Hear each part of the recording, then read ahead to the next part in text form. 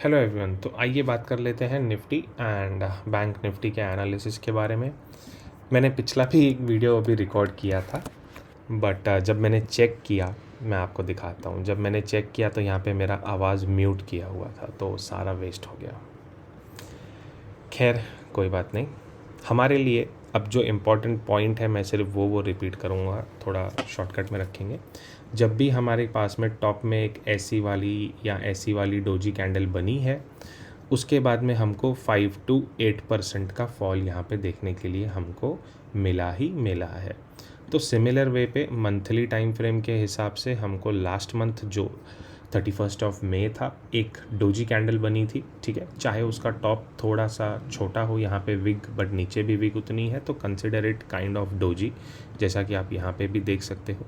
तो इस केस में हमको 5 to 8% का फॉल हर सिचुएशन में मिला ही मिला है। अगर आप ये वाले सिचुएशन की भी बात करते हो तो इसका 9% है, इसका 7% है। आप ये और ये सेम कैंडल है, इसलिए मैंने उसको जज किया। ये टॉप है, इसका आप जज करते हो तो 7% है। और अगर मैं इसकी बात करूं यहाँ से लेके तो ये यहाँ तक, ये कहीं ना कहीं 3% था। ये वाला 4% है। Again this one is 5 to 6%, और यहाँ पे भी 5 to 6% ईजीली हमको मिल सकता है। तो ये रहा मंथली टाइम फ्रेम पे। इसको हम लोग स्विच कर देते हैं वीकली टाइम फ्रेम के एनालिसिस पे, क्योंकि आप जब तक मल्टी टाइम फ्रेम एनालिसिस नहीं करोगे तब तक आप प्रॉफिटेबल नहीं बनोगे। वीकली टाइम फ्रेम पे हमारे लिए एक बहुत ज़्यादा इंपॉर्टेंट है कि ये जो कैंडल क्लोज हुई है ये इसके ओपन के नीचे आ जानी चाहिए, मिनिमम इसके नीचे, तब जाके ये सारा बुल्स का समाप्त हो जाएगा। बुलिश ट्रेंड जो है हमारा वो टोटली क्या कहते हैं ख़त्म हो जाएगा। तो वो वाले लेवल को हम लोग सबसे पहले मार्किंग कर लेंगे, ठीक है। और वो वाला जो लेवल आता है आपका आ जाएगा इसके ऊपर। क्या किया मैंने, मैं आपको बताता हूँ। ये वाली कैंडल का जो ओपन है 43,821.5, इसके नीचे हमको चाहिए सिर्फ 15 मिनट्स का क्लोज, एंड हम लोग रिट्रेसमेंट के लिए रेडी हो जाएंगे। I am not saying directly fall के लिए, ठीक है। मार्क माई वर्ड्स, हम लोग कहीं ना कहीं रिट्रेसमेंट के लिए रेडी हो जाएंगे 0.5 एंड 0.618, जो कि टारगेट कहीं ना कहीं हमको ये लेवल तक तो मिलना चाहिए। छोड़िए सब, ये लेवल तक तो टारगेट मिलना चाहिए 41,563। तो आपके सामने एक मैंने तरीका बता दिया। 43,821 के नीचे 15 मिनट्स का क्लोज हमारे लिए इतना बड़ा टारगेट ओपन कर देगा on a monthly time frame, ठीक है। तो ये चीज़ होने वाली है।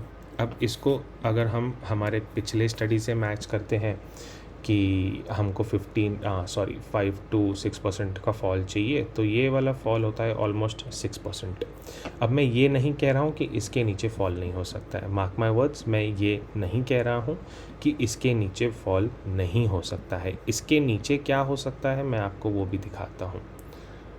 नो डाउट कि वो तुरंत आ जाएगा, कब आ जाएगा उसके बारे में कुछ नहीं पता होता है, बट येस, जो हमारे लिए लेवल ओपन हो रही है वो हो रही है 33,000 कहाँ 609 की लेवल। अब आप लोग कहोगे ये कैसे पॉसिबल है, मैं सिंपली यहाँ से एक ट्रेंड लाइन खींच दूंगा कुछ इस तरीके से, ठीक है। वीकली टाइम फ्रेम में मुझे इसके नीचे क्लोज मिल जाएगा, फिर एक पुल बैक आना चाहिए हल्का फुल्का 43,000 या फिर 42,486 के आसपास का।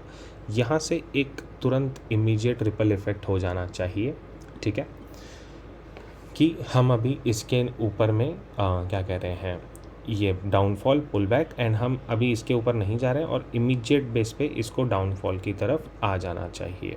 अब ये हो गई बहुत हायर टाइम फ्रेम की बात, तो ये लाइन अभी काम की नहीं, ये लाइन भी अभी काम की नहीं। This was just an idea जो मैंने आपके साथ शेयर किया। इस चीज़ को वीकली टाइम फ्रेम को अगर हम कुछ इस तरीके से लगाते हैं तो हमारे पास में रेसिप्रोकल वैल्यू आती है 2 की।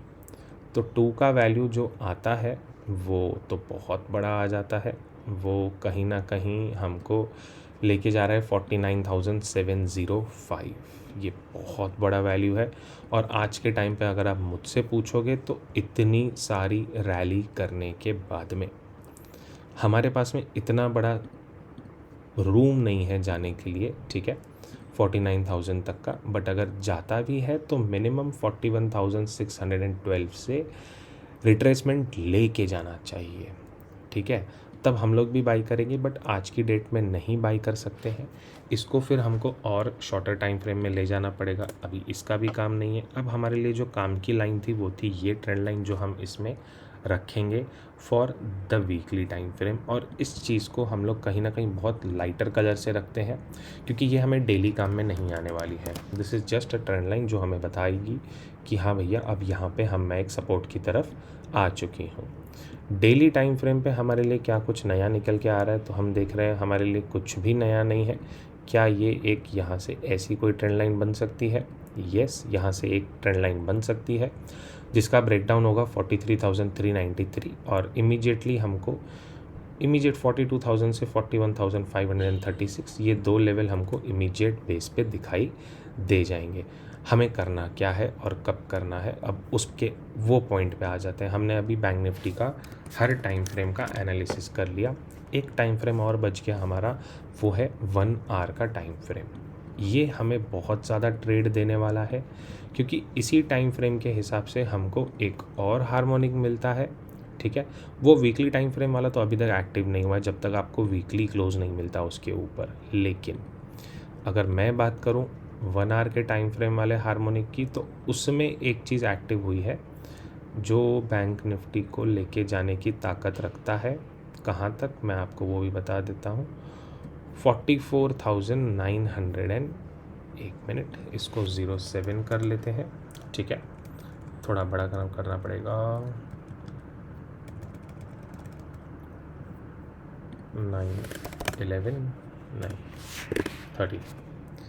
44,913 का लेवल, ठीक है। हमने 917 रखा है, बिल्कुल नहीं, इसको डॉट टू डॉट 913 ही करना पड़ेगा हमको, ओके, ठीक है।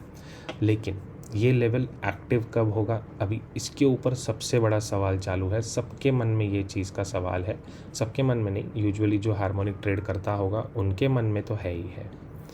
तो हमारे लिए ये एक लाइन इम्पॉर्टेंट है 1 आवर के टाइम फ्रेम के हिसाब से। ये ऊपर से ट्रेंड लाइन आ रही है, लेकिन जैसा मैं आपको हमेशा हर मेरे वीडियो में समझाता हूँ कि कोई चीज़ अगर डाउन ट्रेंड में चालू है, ठीक है, उसने एक लो बनाया यहाँ पे और ऑल ऑफ अ सडन वो यहाँ पे अभी कुछ ऐसे सस्टेन कर रही है, तो ऊपर से एक ट्रेंड लाइन आ रही होगी। लेकिन ट्रेंड लाइन के ब्रेक होने से पॉजिटिव नहीं होना है, मिनिमम सेकेंड एरिया निकलने देना है। सेकेंड एरिया कौन सा है आपका, ये वाला, यहाँ से एक बार निकल के और इस वाले एरिया पे रीटेस्ट करने आता है। तो हम उसको ड्राइंग के रूप में देख लेते हैं कि हम इसको कैसे स्टडी कर सकते हैं। लेवल मार्किंग कर लेते हैं पहले। मिनिमम ये वाला एरिया 42,265 एंड 43,339। अब क्या हो गया, मुझे एक और लाइन खींचनी पड़ेगी यहाँ पे। सपोज़ करते हैं हम लोग कि बैंक निफ्टी कहीं ना कहीं इस वाले जोन में ओपन होती है, कुछ इस वाले जोन में 265 से नीचे बट अबव 150 के रेंज में, एंड बैंक निफ्टी यहाँ पे गैप अप ओपन होके तुरंत इमीडिएट नीचे आ जाती है, बट 44,061 के नीचे सस्टेन नहीं करती है। मेरा मतलब क्या, आके तुरंत ऊपर ऐसे ऐसे रेंगने लगती है।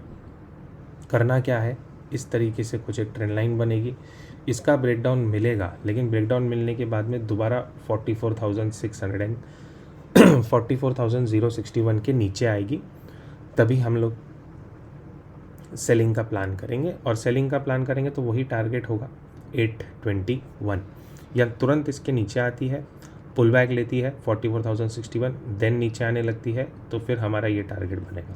हाँ, यहाँ से आके ब्रेक ना करके सपोर्ट ले रही है तो हमारा टारगेट हो जाएगा सीधा 44,930 कि आप मन में डाल के रखिए। जैसे ही 44,339 क्रॉस करेगी, लेकिन कब, नीचे आके बाद में ऊपर, तब ये टारगेट पक्का आएगा। तब आप ये मत समझना कि बस ये गैप फिल हो गया एंड वी आर डन, नहीं, एक फाइनल लास्ट ट्रैप बाकी है। अगर मिल पाता है तो बियर्स के लिए बहुत बड़ी चांदी है, अगर नहीं मिल पाता है तो कोई बात नहीं भाई, हम लोग फिर उस चीज़ को बाद में नोटिस कर लेंगे, है ना। कोई ज़रूरी तो है नहीं कि मुझे वही वाला ट्रैप चाहिए, हम तभी वो सारी चीज़ें करेंगे, ठीक है ना। बुलिश अगेन रिपीट कर रहा हूँ, 44,265 टच करके नीचे आती है एंड 061 ब्रेक नहीं करती है तो आप बुलिश हो सकते हो। ब्रेक करती है तो आपको पता है बेरिश होना है एंड आपके टारगेट्स बहुत बड़े के हैं, ठीक है।